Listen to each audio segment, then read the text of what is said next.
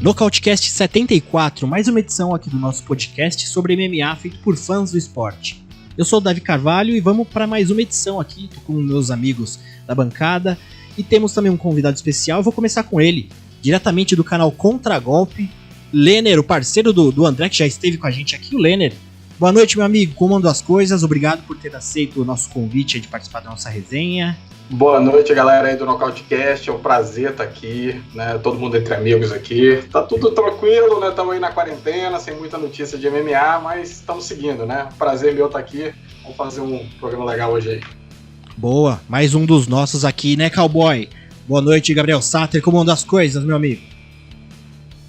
Davi Carvalho, the best of the charges of the world. Né, meu amigo, olha, feliz de estar de volta com vocês aqui. Eu trouxe até uma surpresinha pra ter o Lenner com a gente hoje, ó. Tô de home office também, ó. Rasgando uma viola aqui no frio de 6 graus, diretamente aqui das montanhas paulistas. E ó, saudade de vocês aí, vamos debater muito MMA hoje. E essa aí fala alto, hein, Gabriel? Essa é aquela de 12, né? É, exatamente. Essa aqui é de 10, né, na verdade, porque viola são 5 duplas, né? O violão são 6 cordas, quando são 12 cordas, como é violinha mesmo caipira, 5 duplas, 10 cordas e tava com a boquinha fechada, Davi, para não incomodar as crianças dormindo aqui. Boa. As crianças caninas, no caso, tá, gente? Eu tenho filho ainda, né? Boa, cowboy. E com a gente também, cowboy, diretamente de Mariana, André G. Sei que lá as terras mineiras está bem frio. André G, boa noite, meu amigo. Como andam as coisas? Fala, rapaziada, tudo certo? Cara, realmente está bem frio. Mas vou falar que o problema hoje é outro, viu? Tá tendo uma infestação aqui de uns insetos amarelos. Eu tô começando o programa chateado. Mas vamos lá, falar de MMA já vai mudar o meu humor. Eu sei que eu vou sair desse bate-papo bem mais alegre. Boa, boa, André G. E hoje, rapaziada, tem uma estreia, a coluna do nosso amigo, que já esteve com a gente, é nosso parceiro também no Nocautecast, Lorenzo Fertitta, ex-proprietário do UFC, depois do acordo com a WME e IMG. E ele resolveu, ele me pediu, falou, eu quero falar também da minha época de ouro do UFC, e a partir de hoje a gente vai ter essa coluna, onde a gente sempre vai falar da edição do UFC, que corresponde ao mesmo número da nossa edição do nosso podcast. Então, vamos ver aí o Lorenzo Fertitta.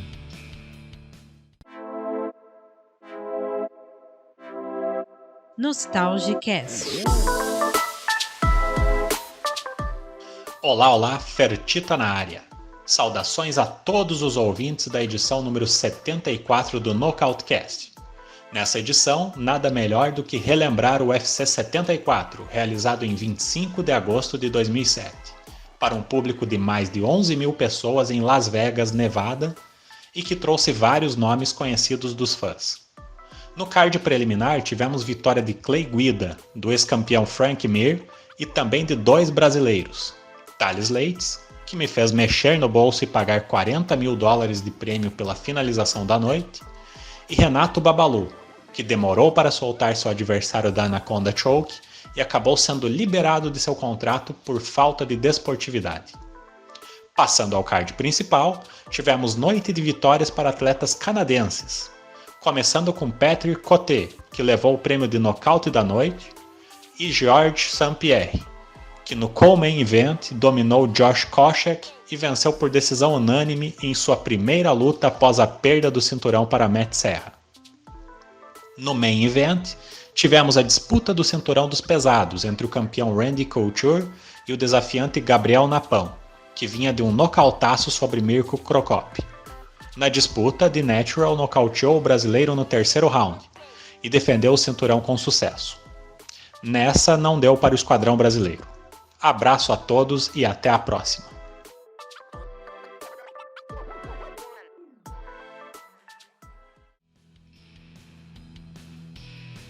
Boa, rapaziada, cowboy, gostou aí da coluna do Lorenzo? Show de bola, né? Nada como relembrar o passado aí com os grandes nomes do MMA. Sem dúvida, Davi. Quem sabe, né, quem já trabalhou com isso entende muito bem. Nada melhor que o Lorenzo para falar. E bom, ele podia dar um vale pra gente agora, um Vale Night, né? Quando reabrir os cassinos em Las Vegas, né? Dá aí $1.000 pra gente que a gente consegue apostar lá, tá legalizado. Então acho que é o momento de ganhar um bônus aí do patrão. Eu vou dar uma conversada com ele. O ex-patrão, né?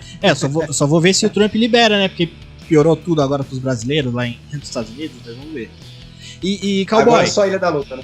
Só Ilha da Luta. Cowboy, então, já que a gente não teve evento a semana passada, a gente pode começar com aquela sequência de novidades que rolou aí na semana pra depois a gente ir pra resenha do evento do final de semana que vem, né? O que você acha? Nada melhor do que novidades, né? Pra animar nosso público. E digo mais, Davi, uma novidade que tá todo mundo falando, a gente falou, né? O Zé falou com a sua coluna aqui na semana passada aqui no Nocautecast, mas a notícia aumentou muito. Jon Jones contra Ngannou. O UFC não quis pagar, não quis fazer essa luta. Acho que tem um debate bem longo sobre esse assunto aqui com todo mundo, né? Lehner falou disso no canal dele, André vai ter muitas opiniões com certeza, você também. É um assunto que eu fiquei muito tentado porque era uma luta interessantíssima, né? Eu achava que o Jon Jones ia ficar cada vez mais no meio pesado, ele não se mostrava ansioso para subir, aí deu uma animada no meio da quarentena, não sei o que ele tomou por lá, que ele animou muito, né? Muito energético, adorei que ele ficou animado, e é isso, né? É uma luta que todo mundo queria ver, mas o UFC não quis pagar, e parece que o próximo na fila aí vai ser o Jan Blachowicz, que também teve o seu trash talking direcionado para o polonês, que revidou o Jon Jones, né? Boa. Ô Lehner, o que você acha aí, o futuro do Jon Jones? Blachowicz mesmo? Rapaz, eu achei bem interessante essa questão, que foi uma das poucas oportunidades onde a gente teve um disclose dessa negociação, né? Porque muitas vezes quando os atletas estão negociando com o UFC, a gente não sabe o porquê quando a luta cai, ou porque ela não sai do papel. E poucas vezes a gente vê lutadores falando que o chefe não quer pagar, ou que o patrão não está pagando bem. E tanto ele quanto o Ngannou, né, o Jones quanto o Ngannou, falaram abertamente que eles de fato não estão sendo valorizados. E isso foi bem interessante porque em outras oportunidades a gente iria ficar presumindo aqui o Jon Jones tá com medo, o Ngannou tá com medo. E isso, na verdade, levanta um debate muito interessante, eu cheguei a debater isso realmente lá no canal, de que como a gente precisa entender que esses atletas precisam, de fato, ser valorizados. Muita gente criticou o Jon Jones por não estar aceitando, né, e etc. E algumas pessoas chegaram a perguntar, né, você prefere legado ou prefere dinheiro, né? E o Jon Jones foi categórico falando, nesse momento eu prefiro dinheiro, o legado eu já tenho. Né? Foi uma resposta até interessante da parte dele. Agora, muita gente acha que, por exemplo, vê o último cachê, né, do Jon Jones sem o pay-per-view, né, que por $500 mil. Isso pra gente, né, que tem essa grana, é muita grana. Mas pro mundo do combate, a gente sabe, né, pelo menos se a gente for comparar com boxe, eu sei que são esportes diferentes, não dá pra gente fazer uma ligação totalmente direta, mas, poxa, você pega aí um campeão do UFC, que é o maior evento de MMA do mundo, você pega, por exemplo, o exemplo que eu dei, né, o Saul Canelo Álvares. O Canelo Álvares não sai da casa dele se não for por menos de $25 milhões. Então é uma discrepância muito grande e eu acho muito legal você ver os atletas batendo agora nessa tecla e tentando chorar um pouco mais, ganhar uma grana um pouco mais justa, né? Com certeza. E eu já vi muita gente até falando com um discurso onde fala que o UFC começou a dar lucro agora porque foi um investimento pesado. Eu quase fico com dó do Dana White quando falam esse tipo de coisa. Mas enfim. Cowboy, o que você tem mais pra gente aí? Davi, em cima disso, cara, que a gente tá conversando, é importante levantar que o Henry Cejudo realmente se aposentou e com isso teve seu nome retirado do ranking do UFC, meu amigo, já. Né, não teve tempo para fazer uma negociação nova, se ele queria um cheque maior, como o Lehner colocou muito bem, as pessoas falam, tem que lutar, pra gente é fácil, a gente vai lá, a gente vai ver a luta, vai se divertir, agora quem tá lá todos os dias, uma vida de dedicação, né, quer ter um retorno financeiro, né, e a gente sabe que a empresa não tá sem grana, né, no cofre. A gente sabe que esse ano é um ano de pandemia, muitas coisas foram, né, reorganizadas, a empresa está gastando muito, né, com essas questões de saúde e também com a Ilha da Luta, né, que está sendo construída lá. Mas a gente sabe que eles têm muito dinheiro, eles não são os mais bons pagadores assim. Então o Henry Cejudo foi mais um que se aposentou por causa do cheque, na verdade, né? O que vocês acham disso? Olha, pessoal, vou falar para vocês o seguinte, né? Henry Cejudo, cara, baita lutador, colocou seu nome aí na história do UFC, vem numa sequência incrível, né, cara? Bateu alguns dos maiores nomes aí da história dos pesos mais leves, né? Tanto do peso mosca com o Demetrius Johnson, quanto do peso galo agora contra o Dominic Cruz. ele realmente se colocou como um dos gigantes da história do MMA e é uma grande perda para todos os fãs, para o esporte, para a empresa, essa aposentadoria dele, assim, tão jovem no esporte, né? Afinal de contas, ele tem 7 anos de carreira, é pouco tempo se a gente for comparar com outros grandes nomes. Mas, por outro lado, ele é um cara que está competindo aí desde a sua infância. Ele começou a treinar o wrestling com 4 anos, ele foi campeão olímpico, né? E o cara tem uma carreira muito grande dentro dos esportes de combate. Acho que ele pode ser taxado como o maior competidor da história dos esportes de combate, né? O único a conseguir o ouro em uma Olimpíadas e também em um outro esporte que é o MMA, e não em apenas uma, como em 2 categorias. Eu sei que vai ser muito ruim a gente perder um cara desse no auge, aos 33 anos, maiores vitórias da sua carreira, mas, por outro lado, se não for uma tentativa de negociação que deu errado, ele está certo, né, cara? Ele já vem fazendo isso há quase 20 anos, 30 anos da sua vida. O cara está em cima de um tatame todo dia treinando. Se ele acha que é o momento certo de se aposentar e seguir outros sonhos, outros caminhos, que ele tem aí a melhor sorte do mundo, e eu tenho certeza que ele vai ser bem sucedido no que ele fizer, porque realmente esse é um ser humano bem diferenciado. Boa. E Cowboy, o que você acha no seu feeling aí? A gente viu toda a situação, desde quando ele falou que ia se aposentar no octógono ali, aí essa semana a gente viu ele ser tirado do ranking ali e depois destituído do cinturão, e no outro dia ele já fala de fato que ele se aposentou. Você acredita que são todas jogadas ali de ambas as partes, ou de fato, independente se ele mais pra frente com o André Gena, ele é um cara novo também, o Cerrudo, pode voltar, mas você acha que nesse momento tá com esse cheiro mesmo de jogadas ali de ambas as partes? Olha, Davi, ele já fez isso no wrestling, né? Ele foi campeão olímpico, acho que com 21 anos, né? E após ele ter conquistado o primeiro título dele, ele poderia ter ficado no wrestling e conquistado mais títulos por lá. Então não é a primeira vez, o próprio Daniel Cormier falou disso em entrevista. Eu achei que ele fez bem, né, de ter ganhado um título olímpico e já ido pro MMA, porque ele se consagrou ainda mais, né, no quesito combate e atleta completo que ele se tornou. Depois daquela derrota, a primeira derrota pro Demetrius Johnson, o que ele fez, o que ele evoluiu, né? Também perdeu pro Joseph Benavides, mas mesmo assim ele continuou perseverando, evoluiu demais a trocação e conseguiu feitos que ninguém acreditava, né? Ele bateu o melhor do mundo ali, o Demetrius Johnson, naquele momento, e outros feitos que a gente já sabe.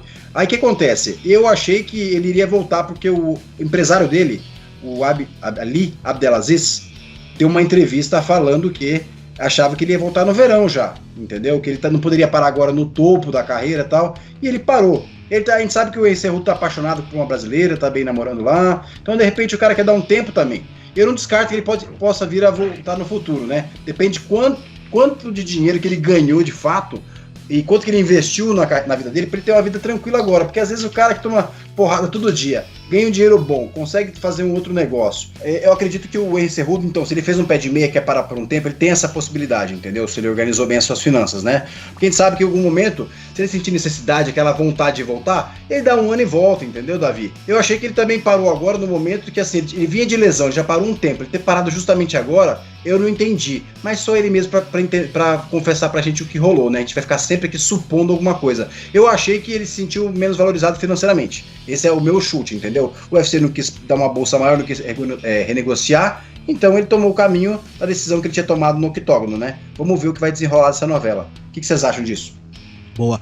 Ô Lenner, até aproveitando para você responder a pergunta do Gabriel, do Cowboy, mas também para completando. E o que você acha por esse curto período que teve aí do Cerrudo no UFC e no próprio MMA, né?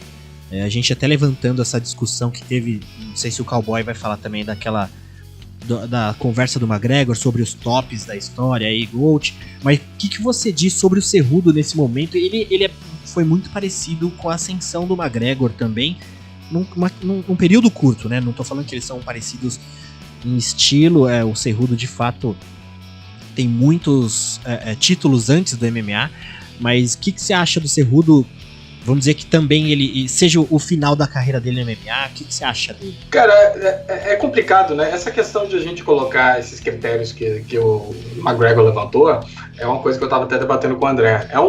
É puramente por critério, né? É altamente subjetivo e depende do critério que você usa, né? Se você vai usar o critério de conquista, realmente o que o Cerrudo fez até esse momento merece colocar ele entre os maiores que já existiram, né? Porque, como bem já apontado pelo André e pelo Gabriel aí, ele não só é um grande atleta de MMA, como ele é um atleta em todos os sentidos da palavra, né? O cara já treina aí desde os 4 anos de idade. E, para mim, ele com certeza está entre os maiores. Se a gente considerar, inclusive, que a categoria leve é uma categoria, principalmente dos moscas, né? Não tem grandes nomes, para mim, hoje, é um dos grandes nomes do mosca e da categoria dos galos. Agora, sobre a questão dele apresentar, eu francamente acho que o Gabriel citou, né, que o empresário dele falou que ele voltaria, etc. Mas, inclusive, saiu uma notícia logo depois do técnico dele, desmentindo o empresário e falando bem assim, vocês não estão entendendo. O Cerrudo, ele não falou aquilo ali para negociar, ele realmente vai aposentar, ele quer aposentar. Eu sei que é difícil pro fã entender isso, né? Como é que um cara, no seu pico da sua saúde física, 33 anos de idade, detentor aí de 2 cinturões, né? Chegou a conquistar 2 cinturões dentro do UFC, vem defendendo com sucesso, fez uma grande luta, aposenta simplesmente dessa forma. Mas isso vem de uma cultura que a gente não está acostumado, né? Geralmente o que acontece no mundo do MMA? O cara, ele suga até onde ele pode. Muitas vezes ele vai e sofre várias derrotas até finalmente ele se aposentar. É difícil você ter exemplos, né, de lutadores que saem no auge. Georges St-Pierre foi um deles, né, mas o Georges St-Pierre teve uma carreira um pouco mais longínqua. E como o André falou, o Cerrudo, ele é um cara que, desculpa, o Gabriel falou, né, ele aposentou cedo no wrestling também. Então ele parece um cara que ele gosta de chegar no pico dele e sair por cima. É uma mentalidade diferente, eu não estou dizendo que eu concordo, porque como fã eu queria ver ele lutando, principalmente na categoria dos galos, que na minha opinião tem um dos melhores top 5 hoje do UFC. Mas é triste, né? Você perde um grande lutador. E eu vou ser sincero pra vocês, tá? Eu tô achando que ele não volta mais, não. Eu acho que... Eu quero que ele volte, eu torço que ele volte. Né? Seria interessante, talvez, se ele pudesse dar uma parada aí, talvez de 1 ano no máximo, né? Estaria com 34 anos de idade. Porque se demorar muito, ele perde esse momento dele e acaba... Né? A gente sabe que idade faz bastante diferença, mas eu acho que ele não volta. Eu acho que é a minha depois de ter ouvido o técnico, etc., ele falando, eu tô achando que ele fez isso bem pensado, ele não foi algo que ele fez no calor do momento, eu achei que parecia que ele já tinha planejado isso tudo, eu acho que foi exatamente o que ele queria fazer nesse momento, então, enfim, né, é um dos grandes, um dos maiores que a gente tem hoje, eu acho que a carreira dele por si só, como o André falou, o fato dele ter aí ouro no esporte olímpico, ouro em 2 categorias do UFC, transforma ele, na minha opinião, por exemplo, num atleta, não estou dizendo um lutador de MMA, mas um atleta muito mais completo, muito mais bem sucedido que o Conor McGregor. E também salientando que o Cerrudo aí fez vários elogios ao Demetrius Johnson e colocou ele também como um dos maiores da história, né? Fechou com chave de ouro aí a saída do MMA por enquanto, né? com aquele asterisco de até onde vai isso. Mais alguma boa aí, Cowboy? Davi, tem muita novidade, Davi. Uma que tá muito curiosa, assim, foi que aquele Bare Knuckle Fighting Championship, né? Aquela organização de boxe sem luvas, convidou uma bolsa de $20 milhões Mike Tyson, que vem treinando com Rafael Cordeiro, né? Assim como Evander Holyfield também vem treinando. Esses caras estão mostrando um condicionamento físico que muitos jovens não teriam nem condições de chegar perto, né? É impressionante ali porque diz que a força, né, Davi, a explosão, a força da pancada é a última coisa que vai embora num campeão, né, como esse. Então, assim, o próprio Mike Tyson já declinou essa proposta de 20 milhões, mas o dono da organização falou que ainda vai melhorar esse valor, né? O cara sabe negociar, vai fazer o Mike. E um rumor aí, né? Falaram que tinha interesse, de repente, jogar Vanderlei Silva contra o Mike Tyson. Uhum. Para nós brasileiros, assim, que amamos o Vanderlei, né? Eu, no meu caso, né? Sou muito fã do Vanderlei. Digo, eu adoraria ver essa luta, cara, mas assim, é um cenário muito, muito pouco convencional, né? O que vocês acham? Surreal, né? Eu vou perguntar pro André G, porque eu sei que ele é um cara que sempre fala muito bem do Bare Knuckle, é um cara que adora acompanhar. André G, você acha que uma luta vamos dizer, o Gabriel Satter falou, né, que o Tyson ele declinou na proposta, não aceitou. O presidente do Bare Knuckle Fight falou que vai fazer estuda uma nova proposta. E o Vandy, no caso, já até aceitou, né? André G, você acha que se acontecer de uma luta dessa, a gente pode começar a imaginar que a Regina Duarte tá trabalhando de assessoria de gerenciamento de carreira? Aparentemente sim, né, cara? Olha, eu vou falar pra vocês. Isso chega a ser surreal, cara, uma notícia dessa. Primeiro pelos valores, né? O Bare Knuckle UFC é uma organização aí de 2 anos, recente, mano. Muito, muito recente. Algumas pessoas que estão envolvidas ali já tiveram alguns problemas financeiros no passado. A gente já viu até o Basruta envolvido com ela. E eu não sei se eles teriam caixa para bancar 20 milhões do Mike Tyson, mas supondo que sim, né, que eles façam uma proposta dessa, você consegue imaginar o Mike Tyson aos 53 anos de idade fazendo uma luta em boxe, o cara com uma luva de 12 onças, o estrago que ele fazia, né, pegando um Vanderlei Silva, um cara que aos seus, acho que 44 anos agora, né, ele já diz ter 8 sintomas do ECT, né, que é o demência pugilística, né, tem 8 de 10 sintomas.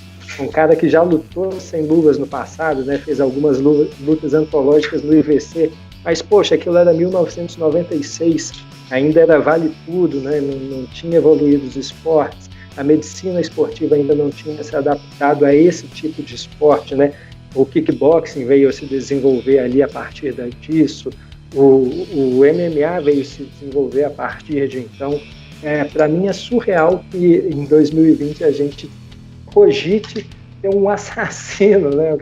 Um cara com tanto poder nas mãos indo fazer uma disputa de boxe sem luvas. Eu espero que essa história morra por aí, que ele vá fazer do modo que ele disse, né? Fazer apenas algumas lutas de exibição, vá lá fazer ele versus Evander Holyfield mais uma vez na Arábia, igual o pessoal veio cogitando, e esquece essa coisa de boxe sem luvas.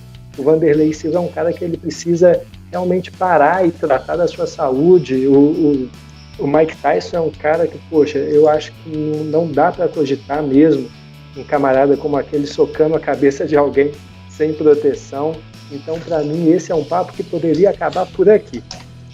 Ô, Davi, me dá licença, queria fazer uma pergunta pro Lennon, é o seguinte, a gente tá vendo o UFC, logicamente, marcando uma série de eventos de uma maneira muito complicada, né, sem poder trazer atletas de fora do país, tendo que construir uma ilha da luta para poder receber atletas do mundo afora e poder fazer os eventos de uma forma mais constante, né. Eles precisam fazer caixa, estão gastando muito, mas até que ponto, eu pergunto para vocês todos também, né, vale a pena deixar de fazer uma luta como essa do John Jones contra o Ngannou, né, e ao mesmo tempo continuar fazendo eventos onde a Cynthia Calvillo é a luta principal? Contra quem que ela vai lutar mesmo, gente? Eu vi hoje à tarde isso aí. Jessica Ai contra a Cynthia Calvillo de main event.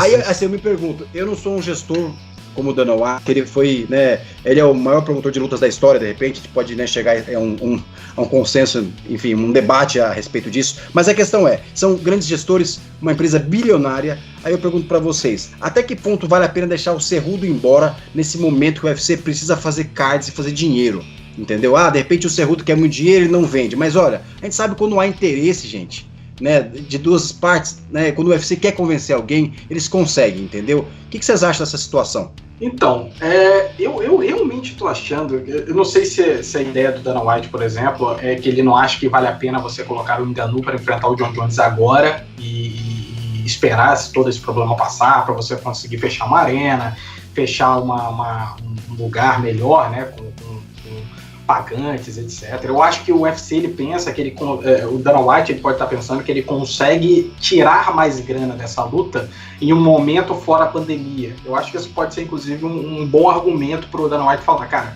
não é que eu não quero pagar, é que eu não quero pagar agora. E eu acho que faz até um pouco de sentido, né? Não tá muito fácil. O Dana White, ele não tá conseguindo investir em divulgação. Vocês viram alguma divulgação para esse UFC, um ESPN 9 do Woodley contra o Burns? É muito pouco comparado ao que a gente tinha antigamente. E ele não pode fazer isso porque, se ele gasta muito dinheiro fazendo uma divulgação de evento, e esse evento tem um risco grande de cair, ele jogou dinheiro fora. Então ele acaba estando numa sinuca de bico ali, porque eu não posso divulgar tanto meus eventos, mas ao mesmo tempo eu ainda tenho que fazer eles, e se eu divulgo demais e ele acaba caindo, eu perco dinheiro. Então eu acho que ele deve estar guardando essas megas lutas aí que podem acontecer, talvez para o momento pós-pandemia. Agora, eu não acho, juro para vocês, que a Cynthia Calvillo e a Jessica Eye foi escolhida a dedo porque tinham mais opções. Eu acho que o Dana White passou por um problema que a gente tinha comentado no nosso canal, que é o plantel disponível para uma pandemia, ele é bem limitado. Não é todo mundo que vai estar disponível, não é todo mundo que quer lutar, e não é todo mundo também que às vezes vai estar com fora sintomas aí de coronavírus, etc. Então, o Dana White, ele tá com um problema na mão, que é o quê? Ele tem um plantel extremamente limitado. Para ele colocar uma Cynthia Calvillo e Jessica Eye no evento principal, é falta de escolha, não é opção. Eu vi até uma pessoa discutindo comigo no Twitter falando, não, mas isso eu acho que você tá errado. Foi uma forma do Dana White promover essas atletas. Pelo amor de Deus, né, gente? A gente sabe que o UFC não faz caridade. Evento principal, ele não serve para divulgar atleta. Evento principal serve para você pagar pay-per-view, você conseguir vender. Então, mostra muito de que o momento que tá fazendo o UFC casar essas lutas. Eu realmente acho que essa luta do Ngannou contra o John Jones, depois da pandemia, ela tem uma chance boa de acontecer. Boa. No entanto que a gente vê aí até sendo repetidos os atletas, né? Nesse próximo evento vai ter o Kevin Holland, que lutou já esses dias, acho que 2 eventos atrás. A gente tem aí a Angela Hill, que já lutou 3 vezes esse ano. Então, com todas essas barreiras geográficas que a gente tem aí, né, por causa da pandemia, não pode entrar e sair de determinados lugares, ele meio que tem que fazer um rodizião aí total, né? Sim, inclusive agora, né, a gente tá proibido de ir para os Estados Unidos, então se tem algum brasileiro que tem alguma esperança de lutar fora e conseguir entrar nos Estados Unidos para tentar entrar na Ilha da Luta, já acabou de vez aqui, né? Eles vão ter que usar lutadores aí, obviamente vão ter que ser liberados de fora do exame médico, etc. Mas se puder, eu acho que eles vão tentar colocar aí esses lutadores para lutar o máximo que eles puderem, né? E eles, como eu falei, viajar agora tá complicado, então eles têm que contar com os atletas que eles têm disponíveis nos Estados Unidos, que não são muitos assim. Lutas que foram já anunciadas aí que eu achei muito interessante, né? Dustin Poirier contra Dan Hooker, de fato vai acontecer dia 27 de junho, o lugar a ser ainda definido, né? Como é junho ainda, acho que de repente não é a ilha da luta. E dia 18 de julho vai ter a revanche pelo título dos pesos mosca, Davidson Figueiredo contra Joseph Benavides. Ou seja, a revanche agora, pelo amor de Deus, Davidson bate esse peso, porque era para ser campeão, né? Naquele momento, não é. Ainda por causa daquele item muito sério que é bater o peso, então fico na torcida. E o Kamaru Usman também, ou melhor, o empresário do Kamaru Usman, Davi, ofereceu um title shot pro Conor McGregor para ele subir, né, ele, enfim, lutar na 7-7 e pegar esse title shot. Essa categoria, achei que estava bem definida essa disputa de cinturão com o Jorge Masvidal, mas parece, aí tô ouvindo rumores que pode ser que role um tuf com o Jorge Masvidal, com o Colby Covington, enfim, tá realmente uma situação bem complicada nessa categoria agora, hein, Davi? Tem mais um casamento sim. Pedro Munhoz e Frank Edgar, dia 11 de julho. Eu acho que como já é julho, vai ser na Ilha da Luta, acredito, mas não falaram o lugar ainda. Mas a estreia do peso galo do Frank Edgar está definida, contra o brasileiro Pedro Munhoz. Lutão, hein? André G, e o coração, vai Brasil ou vai Edgar? Que eu sei que você é fã do baixinho lá. Cara, vai Edgar, com certeza. Estamos aí na torcida por ele até a última luta da carreira. Boa. Os últimos 5 episódios do Nocautecast são disponibilizados em agregadores de podcast para todas as plataformas, Android, Apple e também temos a nossa playlist no Spotify. Agora, se você quer conferir um episódio mais antigo ou até maratonar todos os episódios, em nosso canal no YouTube tem desde o primeiro. E se você é um Nocautecaster mesmo, eu aposto que já nos segue no Nocautecast no Instagram. Por lá colocamos as principais notícias do mundo do MMA.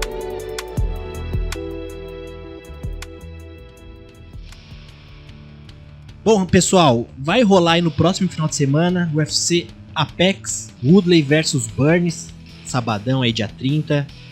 Vai ser o preliminar, eu acho que vai começar às 7 no combate, o principal vai ser lá pelas 10.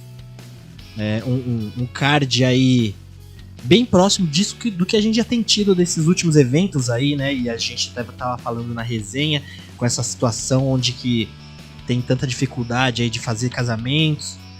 A gente também tem visto muito aí das lutas onde a gente vê algumas performances, alguns lutadores abaixo da média do esperado. devido a toda a situação que ele se encontra, né, de fazer seus camps, né, mas também os eventos trouxeram muitas lutas empolgantes, bem bacana. Então vamos torcer que para esse aí, que não é um evento com grandes nomes, mas que traga algumas coisas legais pra gente ver. Tem alguns nomes bacana pra gente esperar, lutas empolgantes. De fato, os maiores nomes tá na luta principal ali, Tyron Woodley e Gilbert Burns. A gente vai falar um pouquinho mais pra frente dela. E vamos começar aqui no card preliminar. Se cada um tiver um destaque aí pra gente comentar. Lenner, quer falar de algum destaque que você gosta aí desse preliminar? Alguma luta que você tá empolgado em ver? Ou até um lutador singular que você tá esperando pra ver aí? Alguma coisa que queira dar um destaque? Rapaz, desse preliminar, eu vou falar que eu tô empolgado pra ver a luta do Tim Elliott contra do Brandon Royval. Você falou o nome dele. Acho que são... Eu gosto de ver o Tim Elliott, apesar de ele não vir com grandes performances, mas é um cara que sempre traz alguma coisa diferente pra dentro do octógono, um cara que tem um chão de muita qualidade, é um cara que sempre traz alguma coisa que empolga pelo menos os combates, e ele vai ter um Brandon ali do outro lado que com certeza vai dar luta para ele. Eu acho que tem tudo para ser uma das lutas mais movimentadas que a gente vai ter nesse card preliminar. André G, qual o seu destaque aí? O que você tem a falar? Olha, eu vou falar para vocês que a luta entre Casey Kenney e Louis Smoker deve ser uma das mais divertidas aí dessa noite de lutas, viu? Dois caras que têm um retrospecto parecido, né? Recentemente eles vêm aí de 2 vitórias e 1 derrota nas últimas 3 lutas. São caras que eles estão sempre ativos, são agressivos, conseguem trocar bem, conseguem fazer a parte de chão de uma maneira legal. O Casey Kenney conseguiu inclusive passar pelo Ray Borg tem pouco tempo, que é um lutador muito difícil, que vem dessa área. Eu acredito que vai ser uma luta movimentada, a categoria dos pesos galos. Vamos ver se dessa vez eles conseguem bater o peso, né? Casey Kenney, o cara em 3 lutas até hoje, só uma ele precisou lutar na categoria correta, nem sempre por culpa dele, né? Na verdade, por culpa dos adversários. Vamos ver se dessa vez aí eles batem o peso e a luta é válida pelo peso galo. Boa. E Cowboy, o que você me diz? Alguma luta que você queria dar um destaque? Davi, eu vou com a luta das meninas, cara, da Katlyn Chookagian, que acabou de disputar o cinturão com a irmã da Antonina Shevchenko, né? E eu quero ver porque vai ser uma luta que vai ser um embate em pé, tenho certeza, entendeu? E as duas são bem técnicas, quero ver como é que a irmã da campeã vai se portar diante de uma desafiante que é das mais bem ranqueadas da categoria. Tô bem curioso pra ver essa luta. Boa. Também dá um destaquezinho aqui nessa luta do Jamal Hill e o Clidson Abreu, o brasileiro, né, pela categoria meio pesado. Jamal Hill, na verdade, começar destacando o Clidson Abreu, que tem uma situação e uma missão, porque ele já tá numa sequência, começando uma sequência inconstante, né? Nas 3 últimas lutas ele venceu apenas uma, que foi São Alves, tá vindo de derrota, e vai pegar o Jamal Hill, que é um cara aí que tá invicto, tá numa sequência bem boa de 7 vitórias aí. Ele tá fazendo agora a sua segunda luta no UFC, ele vem do Contender Series, então parece ser uma luta bem interessante pra gente conferir do brasileiro tentar voltar ao ritmo das vitórias no meio pesado. Certo, pessoal? Vamos comentar alguma coisa do card principal? Alguém quer falar de alguma dessas lutas? Ô Lenner, você quer comentar algumas dessas lutas do principal, que você veja um destaque bacana aí? Claro, eu vou falar pra você, a gente vai tirar o Tyron Woodley contra o Gilbert Burns, que chega a ser sacanagem falar que é a luta que eu tô interessado, porque todo mundo tá interessado nela, né? Sim. Mas eu tô interessado em ver a volta da Mackenzie Dern, né? Eu acho que ela, na volta dela depois da maternidade, ela já pegou uma pedreira completamente intransponível naquele momento, né? Desnecessário, né? Completamente, né? Amanda Ribas hoje que tá aí entre as melhores da categoria e, na minha opinião, vai disputar o cinturão se continuar mantendo esse nível dela, mas mesmo assim foi uma luta interessante, né? A Dern não foi completamente nocauteada ou completamente anulada, vamos assim dizer. A gente viu ali um domínio da Amanda Ribas, mas a gente tem ali uma Mackenzie Dern que tem uma faixa preta de jiu-jitsu, uma monstrinha, né? Multicampeã mundial, e vai pegar uma atleta que, na minha opinião, deveria ter sido a volta dela. Que é a Hannah Cifers, né? Não é uma lutadora ruim, mas é uma lutadora bem casada para brasileira. Eu acho que é uma lutadora que vai dar uma trocação, vai ter um jogo de solo ali, mas que, na minha opinião, a Dern tem respostas para seja na trocação, seja no jogo de solo. Então, fico triste que essa não tenha sido o casamento do retorno da Dern depois da gravidez dela. Acho que o nome da Dern acabou pesando muito para que ela já fizesse uma luta com Amanda Ribas, que era uma atleta que vinha aí na sequência realmente impressionante de vitórias, mas que eu tô empolgado de ver a Adriano voltando aos octógonos e que vamos torcer para que dessa vez ela tenha... Eu sempre torço, acabo com a mão decepcionado nesse ponto, que a trocação da Dern continua muito aberta, ela continua dando muito mole, e é uma atleta que, se na minha opinião tivesse uma refinação melhor na trocação dela, seria uma atleta extremamente completa, mas eu acho que ela vem bem e é favorita nessa noite contra a Circa. André G, seu destaque aí no principal, alguma que vale a pena? Cara, depois desse destaque aí do Lenner, eu acho que acabaram os destaques aí do card principal. vai sobrar aí o Augusto Sakai e o Blagoy Ivanov. Que isso, André? Que maldade com o Kevin Holland e o Daniel Rodrigues, cara. Que isso? Kevin Holland é uma situação bem diferente, né? O cara lutou aí... Não, ele mesmo. Não, foi ele semanas. Mesmo. Isso. Foi ele mesmo, Lutou de médio, né? Acho que a categoria tá diferente, né? Ele desceu ainda, doidão. Isso mesmo, né? E esse Daniel Rodrigues, cara, foi aquele cara que bateu o Tim Means na estreia dele, né? Esse cara é casca, esse Daniel Rodrigues, cara, me impressionou a estreia dele no UFC, ele bateu o Tim Means, mas só lutasse essa aí, viu? Fica meu destaque aí, o Kevin Holland contra o Daniel Rodrigues, sei que o Davi tem me perguntado, né? E só lembrando aqui rapidinho, Davi, eu esqueci de falar, cara, Amanda Ribas vai duelar contra a Paige VanZant finalmente, parece que confirmaram essa luta também. Bacana, bem bacana. Luta difícil pra VanZant também, né? Eu vou falar que o Gabriel agora me deixou curioso, viu? Eu tinha prestado atenção nessa luta do Kevin Holland e Daniel Rodrigues. Agora eu já vou olhar ela com novos olhos, hein? Com certeza, ainda mais o cara que tá descendo, né? É bem curioso, né? Cara, em 15 dias, 2 campos.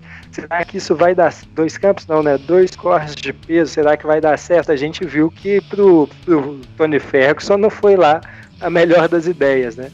Agora é esperar e ver aí o que o Kevin Holland entrega. Boa. E Cowboy, uma pena que o Messi Ursano não tá aqui, porque ele ia falar de boca cheia sobre os pesados que vai ter na coluta principal, né? Blagoy Ivanov e Augusto Sakai. Cowboy, o que você acha? Espera muito ainda do Sakai? O Blagoy é um nome aí bom pra ele tentar subir pelo menos mais uma posição, né? Que o Blagoy é número 12 e o Sakai é o 13 dos pesados? Cara, o Blagoy Ivanov tem suas qualidades, com certeza. Um cara duro, um cara experiente, entendeu? No passado bateu o Fedor, né? O Sambo, se eu não tô enganado. E o Sakai vem naquela crescente, muito técnico.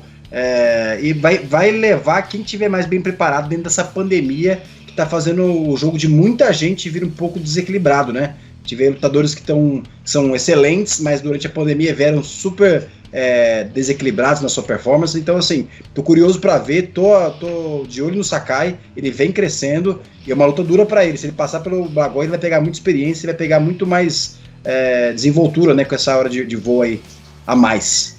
Boa. Pessoal, então vamos falar da luta principal do evento, a cereja do bolo da noite, na categoria meio-médio. Tyron Woodley, número 1 da categoria, foi campeão, né? Perdeu o Kamaru Usman, que vai encarar Gilbert Burns, número 6. E a gente estava até comentando, Lenner, eu acho que essa luta é uma situação meio que clara daquele papo que a gente teve de colocar os possíveis no momento, né? Porque você imaginar que a categoria meio-médio é uma das categorias mais emboladas aí do UFC, vários nomes ali no top 5 possíveis para fazer várias lutas, e colocar o Gilbert Burns, que é o número 6 ali, subindo para encarar o número 1, uma luta bem interessante, mas vale também a gente considerar aí o momento do Gilbert Burns, um momento excelente que ele vem passando na carreira aí, depois que ele mudou da categoria de baixo para o meio médio. Tudo que ele faz dá certo, todo o trabalho dele que ele faz nas redes sociais aí, ele é um cara que tá sempre ativo, conversando com os fãs, se mostrando pronto para qualquer luta. E você acredita, o Lenner, antes da gente falar da questão mais técnica da luta, mas você acredita que esse casamento também possa ter a influência um pouco dessa situação que a gente vê aí de pegar os top 5 ali do meio médio e a situação de quem tem possível, porque assim, é uma baita luta, mas teria outras pessoas na frente do Durinho, né? Com certeza. Eu acho que primeiro a gente já bastante o Durinho nas redes sociais. Eu acho que grande parte do motivo dele conseguir essa luta foi ele estar ativo como nunca no Twitter. Ele tá pedindo para lutar contra qualquer pessoa. O Woodley não foi a primeira opção dele, teve outras oportunidades aí de lutas caindo, eventos caindo, que ele sempre estava marcando o Dana White, se colocando à disposição. Então ele fez a parte dele, né? E eu realmente acredito que essa luta não foi... É complicado, né? Porque a gente tem ali que existem de fato outras opções nessa categoria. A gente viu ali que foi tentado casar a luta do Tyron Woodley contra o Colby Covington. Eu não entendi por que essa luta não saiu do papel. Acho que seria uma luta muito mais plausível, né? O Covington vem uma luta bem interessante contra o Kamaru Usman, mas é complicado. O Covington, a gente não sabe o que passa na cabeça dele. Ele é muito diva, acaba não aceitando esses combates. E o Tyron Woodley acabou fechando com o brasileiro. É uma luta interessante, né? Eu acho que é uma oportunidade de ouro pro Gilbert. Eu acho que ele não teria essa chance com tanta facilidade assim se a gente não tivesse nesse momento de pandemia. Mas é aquele negócio, ele entra nessa luta sem muito a perder, né? Ele tá em sexto, se ele perde pro Tyron Woodley, não é nenhum demérito perder para um ex-campeão da categoria. Já o Tyron Woodley coloca uma responsabilidade grande nas costas dele, né? Ele vai estar enfrentando um cara que ele não ganha absolutamente nada no ranking se ele vencer. Ele, na verdade, tem uma obrigação moral ali de vencer esse combate se ele ainda quer se manter relevante. Então, isso me deixa até bem interessado de ver como eles vão se portar, né? A gente tem, de um lado, um cara que não tem nada a perder, geralmente esses lutadores são muito perigosos, contra um cara que vai estar bem... Eu acho que a gente vai ver um Tyron Woodley estilo quando a gente viu ele lutando contra o Stephen Thompson e o próprio Demian Maia. Não vai ser aquele cara que vai partir para cima para nocautear, não. Vai ser um cara bem mais cauteloso. E André G, pensando nessa luta, é a luta da vida do Durinho agora no momento? Olha, eu vou falar com você que no momento sim, né? Primeira chance dele, né, de um title eliminator, afinal de contas ele está pegando o número 1 da divisão, Tyron Woodley, ex-campeão, o cara que até a sua última luta estava com o cinturão, né? Ele estava de posse do cinturão. Se o Gilbert Burns consegue essa vitória, é de longe a maior vitória da carreira e já coloca ele ali pronto para dar o próximo passo, que é disputar um cinturão mundial do UFC. Essa daí, com certeza, é no momento a maior e a mais complicada luta da carreira do Gilbert Burns. Quero muito ver como ele vai lidar com esse desafio que é o Tyron Woodley. Cowboy, e vamos ser sinceros, né? A gente levantou aí com o Lenner a situação do casamento, com o André a importância da luta pro Durinho, mas Tyron Woodley, quais são as chances? É um franco favorito, a gente pode dizer, até por embate de estilos dos dois aí? Experiência também envolvendo. O que você me diz? Olha, Davi, minha torcida é total do brasileiro, como o Lenner falou muito bem, ele vem na sequência muito boa, vem lutando, não perde tempo, né? Marca lutas, tá fazendo certíssimo, porque com o ritmo de jogo ele consegue evoluir muito, né? E a prova é nas performances que ele teve nas últimas lutas. E com isso, eu acho que ele vai ter um problema muito grande pela frente, que é o maior problema da vida dele, que é o Tyron Woodley, porque a gente viu o Demian, como é que foi aquela luta com o Demian, a gente sabe que o brasileiro tem muito mais trocação que o Demian, né, tanto que no nocauteou o brasileiro, lenda Demian, né, vou mandar um abraço pro Messi Orsano, que adora o Demian. E aí o que acontece, Davi? Quando eu fui analisar friamente essa luta, eu fiquei pensando como é que ele poderia vencer, porque em pé, ele tem uma chance, claro, né, luta é luta, mas eu vejo o Tyron Woodley com mais punch, com mais rapidez, com mais explosão. A gente sabe que tem um gás também que vai, né, com o tempo diminuindo, né, ele vai meio que tipo Romero, vai dosando e explode, como ele lutou contra o Underboy e tudo, e ele tem uma defesa de queda excelente, tanto que o Demian não conseguiu levar ele pro chão, outros atletas tentaram, não conseguiram também. Então assim, no chão, o brasileiro teria totais chances de finalizar o Woodley. Agora, vai ser uma tarefa ingrata colocar aquela tora, né, física, assim, aquela complexão física difícil de ser quedada, com aquele wrestling absurdo no chão. Então eu vejo que o Tyron Woodley tem essa vantagem de ganhar essa luta, né? Espero que eu esteja errado, mas vejo a vantagem pro americano, viu? Eu acho que é interessante só colocar que, por incrível que pareça, eu achei que essa luta estaria com uma diferença maior nas casas de apostas.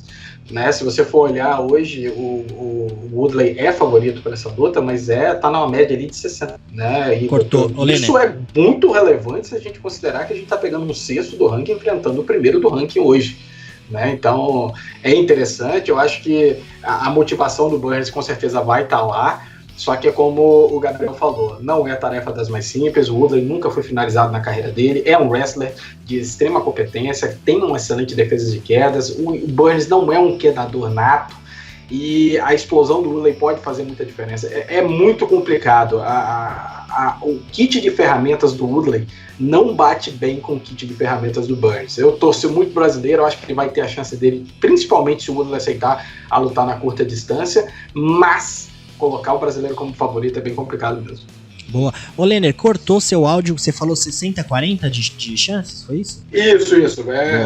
Pelo que eu tô vendo aqui nas maioria das casas de aposta, a gente tem uma diferença aí de 60-40. Não é uma diferença grande, né, considerando isso que eu falei, que é o sexto contra o primeiro do ranking. Boa. André G, a gente sempre fala, né, é diferente a torcida e as chances que a gente comenta. A gente tem que falar das chances de uma luta que vai ter de um lado para o outro, e também o que a gente espera que aconteça quando a gente coloca um pouquinho do nosso pé ali de fã, né, de torcedor. Mas vamos dizer que o Durinho passe. Eu acho que, tirando o campeão Usman, o Tyron Woodley, na verdade, assim, o Tyron Woodley e o Usman são os mais difíceis dessa categoria, da onde o Durinho tá, até ser campeão, né? Porque, assim, eu acho que pegar ali Masvidal, aí tem mais quem? Tem Leon Edwards, tem quem mais? Tem... Olha, tem uma aí que é o Colby, né? O Colby Covington também. Isso. Vou te dizer, não é fácil, não. O Colby tá em quem? Ele tá abaixo do Durinho, não tá não? Não, acredito que ele tá em segundo, né, na categoria. Não, então realmente, o Colby Covington é uma pedreira. Isso, tá em segundo, Davi. Colby Covington, George Masvidal, terceiro. A questão é a seguinte, até levar aqui se desse tempo, Davi, perguntar pra vocês essa opinião em relação a 7-7. Lógico, tem a questão da pandemia, né? A gente sabe que o Leon Edwards, que estava escalado contra o Tyron Woodley, seria uma luta incrível. Queria muito ver aquela luta. Infelizmente caiu.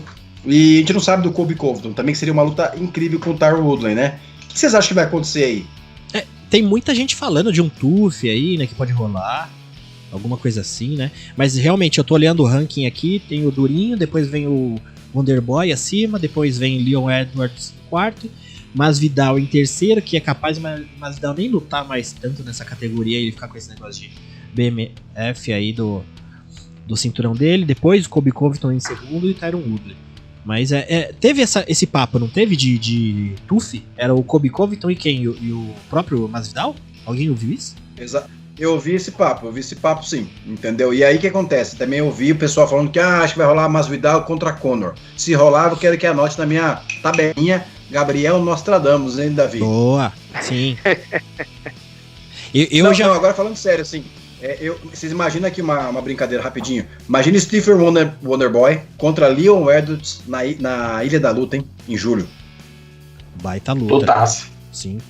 Só pra dar meu crédito também, Cowboy, eu fiz aquela charge do Conor pescando, usando o Cowboy Cerrone como isca pra tentar galgar ou o Masvidal, ou o Usman, ou o Khabib, né? Então eu também tenho uma chancezinha aí de ser o pai Davi, que pode tentar acertar uma dessas chances. Tudo bem que eu joguei três iscas, né, Cowboy? Ao mesmo tempo, eu joguei quase com uma tarrafa, né? Três possibilidades. É muito bom. Mas tá muito aberto, né? Eu acho que o UFC agora vai querer colocar o Conor na Ilha da Luta o quanto antes, porque ele gera receita, né? E eu não vou ficar surpreso, até jogo isso pro Lenner, nosso convidado aí, o que ele acha se rolar Kamaru Usman contra Conor? Rapaz... eu acho que é um absurdo, mas ao mesmo tempo eu ficaria muito curioso de ver essa luta, porque o Conor atropelaria uma fila gigantesca, né? E você vai ter ali realmente Edwards, Masvidal e Covington, que vão ser três caras. Que é complicado, né? Como é que se justifica se algum deles puder lutar ali, o Conor passando essa galera toda? né? Para os fãs é um negócio muito difícil de entender essa questão, mas seria uma luta interessante, né? O próprio Kamaru Usman falou que não entende por que as pessoas querem ver ele matando o Conor McGregor, então já tá fazendo a parte dele tentando casar. É uma grana boa, obviamente, e vou ser bem sincero para vocês, não é sendo hater do Conor nem nada, acho ele um puta do lutador, mas o Kamaru Usman é um pesadelo do ponto de vista de jogo contra Conor McGregor, né? O cara é um monstro no wrestling, lembrando, né? O próprio Gabriel falou, o Woodley é um cara que é difícil de ser quedado, o Kamaru Usman quedou ele, e é um cara que tem uma trocação excelente, é um cara muito grande, é um cara grande para essa categoria, e com certeza o Conor McGregor não vai fazer frente dele, pelo menos no quesito de força, né? Vai ter a mão pesada dele esquerda ali, mas é um jogo que obviamente favorece o Kamaru Usman, então eu ficaria bem empolgado de assistir essa luta, apesar de ser um absurdo do ponto de vista de mérito esportivo, né? Exatamente, né, Davi? Porque a gente pensa isso, né? O Conor, com ele tudo é possível, né? Porque nesse momento, outra coisa que eu ia perguntar pra você, Davi, até, a respeito do seguinte: como é que o TUF votaria no momento de pandemia, né? Porque tem muita gente aglomerando. Eu fiquei pensando, bom, se eles vão esperar pra fazer um TUF com o Colbyton contra o Jorge Masvidal, a categoria vai parar praticamente, né? Porque o Leon Edwards tá lá fora, vai ter que esperar a Ilha da Luta acontecer. Também seria uma opção, né? Uma revanche pro campeão Kamaru Usman não ficar sem ter com quem dançar em julho, entendeu? Porque julho tá aí, na verdade, né, gente? Falta praticamente aí um mês pra julho. A Ilha da Luta, Dana White falou que vai ficar o mês inteiro de julho operando de lá, que vai estar já apta para realizar os eventos. Então eu tô muito curioso para ver o que vai desenrolar nisso aí, viu? E só um adendo, você sabe que o Tyron Woodley, né, soltou uma entrevista alguns meses atrás, antes de lutar com o Leon Edwards, antes de até ocorrer a pandemia, que ele tava duro de grana, né? Então eu espero que o Tyron Woodley agora volte, né, com sangue nos olhos, que eu acho que ele vai voltar, e que ele lute mais do que ele lutava, né? Porque ele lutava muito pouco. Eu tava vendo aqui o Tapology dele, André. Cara, ele lutou muito pouco aquele cinturão. Ele meio que chocou o cinturão também, né? Ele não pode falar muito também, se for analisar. A carreira musical dele tava atrapalhando. Pseudo-rapper, né? Cara, pois é, né, cara? Um cara que aí fez, nos últimos 2 anos, fez 2 lutas. Esse cara realmente ele precisa voltar a trabalhar. Mas aos 38 anos de idade, será que ele tem gás aí para ainda fazer seu pé de meia? Por isso que eu acho que para ele essa luta aí, para ele se manter nessa posição do ranking, é um achado, né? Fala Zé! Fala Zé! Fala Zé! Fala Zé, qual a boa? 5 minutinhos na porrada, Zé, sem perder amizade. Fala Zé, solta o verbo. Salve meus amigos do NocauteCast, um grande abraço para todos vocês. Hoje eu quero falar um pouquinho de Tyron Woodley e Gilbert Durinho, luta principal do UFC que vai rolar agora no dia 30 de maio, uma grande oportunidade para o nosso Gilbert Durinho chegar no topo da divisão. Tyron Woodley, ex-campeão, cara muito respeitado dentro do UFC, comentarista também do UFC, então uma grande chance pro Durinho. Durinho que vem numa fase incrível da sua carreira, venceu o Demian Maia na última rodada, nocauteando o Demian Maia, uma coisa muito difícil de você ver o Demian Maia ser nocauteado, e o Durinho, um cara que era peso leve até esses dias, foi lá, mostrou muito poder de nocaute e acabou nocauteando o Demian. Também já passou em cima do Gunnar Nelson, do Alexei Kunchenko, que é outra encrenca danada. Realmente está numa fase incrível o Gilbert Durinho. Vai ter por outro lado um Tyron Woodley que está voltando aí, depois de uma derrota onde ele foi dominado pelo Kamaru Usman. Foi até brincadeira a forma que o Kamaru Usman tratou o Tyron Woodley. Então é uma luta aí que, na minha opinião, o Woodley ele leva um leve favoritismo, mas eu não coloco assim tão favorito o Tyron Woodley para esse combate pela fase do Durinho, cara. Eu acho que o Durinho tem sim condições de vencer essa luta, traçando uma boa estratégia. A gente sabe do poder do wrestling do Tyron Woodley. Ele é um cara que defende bem as quedas, apesar do Usman ter feito o que fez com ele na última luta, ele se defende bem nas quedas. Então vai ser uma luta difícil do Durinho conseguir levar para o chão e utilizar o seu jiu-jitsu, mas na trocação, para mim, o Durinho tem condição sim. Basta fazer um jogo aí de bate e sai. O Woodley é um cara que economiza muita energia, ele me lembra um pouco o Yoel Romero, tem aqueles momentos de explosão para buscar o nocaute, então o Durinho tem que ficar ligado, não pode dar sopa pro azar, tem que estar com a defesa em dia, movimentação, entrar, bater e sair, não ficar na curta distância, onde o Woodley ele tem aquele one punch, o poder de nocaute, que pode definir qualquer luta. Então tá equilibrado. Pra mim o Woodley é o favorito aí na casa de 55-45, mas eu acho que o Durinho tem totais condições de ir lá, de vencer essa luta e se colocar na briga por um title shot. Minha opinião aí é que o Durinho vai levar esse combate, embora o Woodley apareça aí como favorito nas bolsas. Mas enfim, grande abraço aí pra vocês, vamos estar na torcida pelo Durinho e eu volto na semana que vem aqui no Nocautecast.